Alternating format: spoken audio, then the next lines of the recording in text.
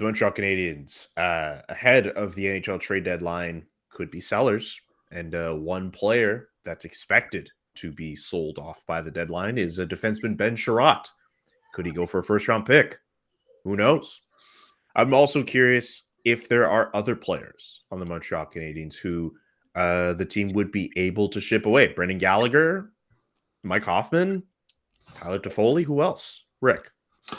Well, I think speculation is that Ben Sherratt will be gone. He will not be finishing the year here. And, him along with a number of other guys that you touched on. You got Toffoli, you got Hoffman, you've got Gallagher in that mix. And I'm quite sure that Jeff Gordon is really, doing a lot of research into, what and where and how do I get this ball rolling to bring in some of the personnel that basically I want as my group, unlike Bergevin's group. And like I've said before, there's a process here that's going to have to get started. But I think that once he gets everybody back, I think that he has a pretty good idea what he's dealing with, to date.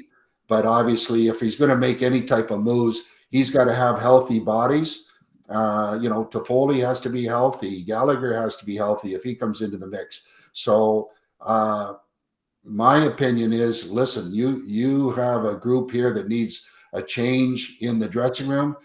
Look at every possible opportunity to change it up. And in order for you to get something back, you have to give something. So whether it's a big name, you got to seriously consider it, because it's not happening with the group and chemistry that they have. And I'm hoping that he realizes that and, is working on trying to get his full team back, and then try and change up what the group that he has sooner than later.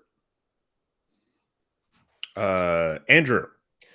Yeah, I think anybody's on the table, almost anybody. It's the better question, honestly, is who shouldn't they trade? That's a good point.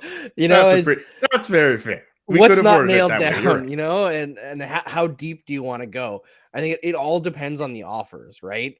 I think that there are some guys who will probably stick around that the Canadiens that don't necessarily want to stick around until next year's deadline, when maybe things are a little bit more solidified, where the cap is starting to go up a little bit for the following year because there's so much term left. I think there are some guys who are just going to have to get bought out. Like, you look at Dom Lucian at The Athletic created player cards where it has like the different metrics for different players. They're amazing, by the way. They are amazing. Shout out to them. Shout out to The Athletic for letting Dom do that. But he has a part on the cards where like what a player is being paid, and then based on their contributions on the ice, what's their market value.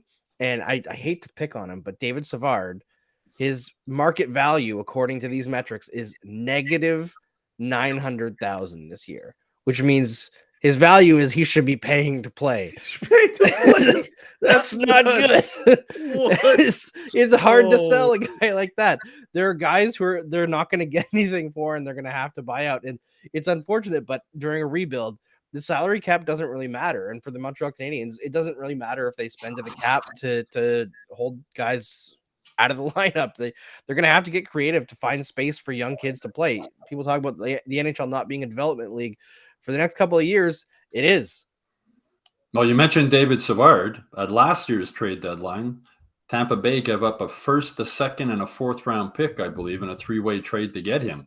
Yeah, I don't think that's happening this time. No, it's not. But it just shows you what they can get for Ben Sherratt, or what they should really 100%. Get for Ben Sherratt. I mean, Ben Sherratt's a much better player than David Savard, so it's going to be at least the first-round pick, I would think, for Ben Sherratt. And there's no way they're not trading him. I've had some people saying, they need to re-sign him and keep him here. Well, if they wanted to keep him here, and if he wanted to stay, you could still trade him and then re-sign him in the offseason. But I don't think Ben Sherratt wants to come back here and go through a rebuild. So his days are numbered with the Canadiens.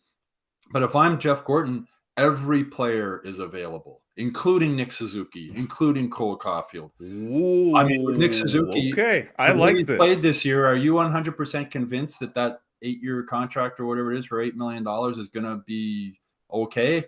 When they signed it, I thought it was a good move, and I'm sort of, what's the top level for Nick Suzuki in the future, point production wise? I'm not really sure right now. So I wouldn't say that money you signed him to. I mean, the Canadiens signed him to already. Like, good luck trying to. It's a lot of money you're committing to him. Well, that's right. I mean, I wouldn't say be at the top of my, but you got to listen to me. You got to listen to offers for everybody. Doesn't mean you have to trade them. But if I'm Jeff Gorton and somebody mentions Nick Suzuki, I'm not saying, no, he's untouchable. I mean, oh, okay, what would you offer me for Nick Suzuki? You got to at least listen for everybody on this team, I think. And I think that's going to be the key moving forward. But, there's a lot of guys that are going to be hard to move. I mean, Brendan Gallagher, if he's healthy, I don't think he wants to stick around for real. But if he's healthy, if he can come back before March 21st and show that he's healthy again, I think there'd be interest in him.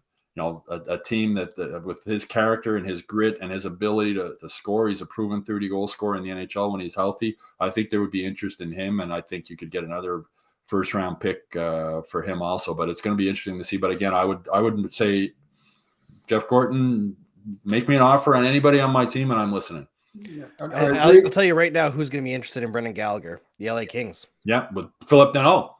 And Marc Bergevin. Yeah, and Marc absolutely loves Brendan Gallagher. And Brendan Gallagher absolutely loves Marc Bergevin. And Philip Deneau, for people who criticize him for the lack of point production or whatnot, Thomas Tatar and Brendan Gallagher put up a lot of points when they had Philip Deneau as a centerman. And nobody has missed Philip Deneau more than Brendan Gallagher this season. So that's a really interesting one you bring up, Andrew. That would make a lot of sense. Rick, did you want to make a point? Well, I was just saying, like I touched on before, in order for you to get something, you're going to have to give up something and big name players. And if you look at, the way the league has worked over a number of years, there are big name players that changes locations. I don't know if you guys remember in 1982, Washington Capitals and Montreal Canadiens had a 4-for-2 trade. So it's possibly to be done. And you gotta give up something to get something back. I do not remember 1982, but I have a pretty good feeling you were being self-referential when you mentioned that year and that trade. Let us know in the comments. Oh, were you gonna make another quip at that, Rick? Or no, you've done enough. I really appreciate the fact that you do remember that far back. Hey, look. Especially if he wasn't even born, I don't think. Exactly. I know a few things, Rich. Let us know in the comment section who you think of the Canadiens will end up offloading before the trade deadline. Subscribe to the Hockey Inside Out show on YouTube. Subscribe to the Hockey Inside Out newsletter. And visit hockeyinsideout.com to check out our full episode.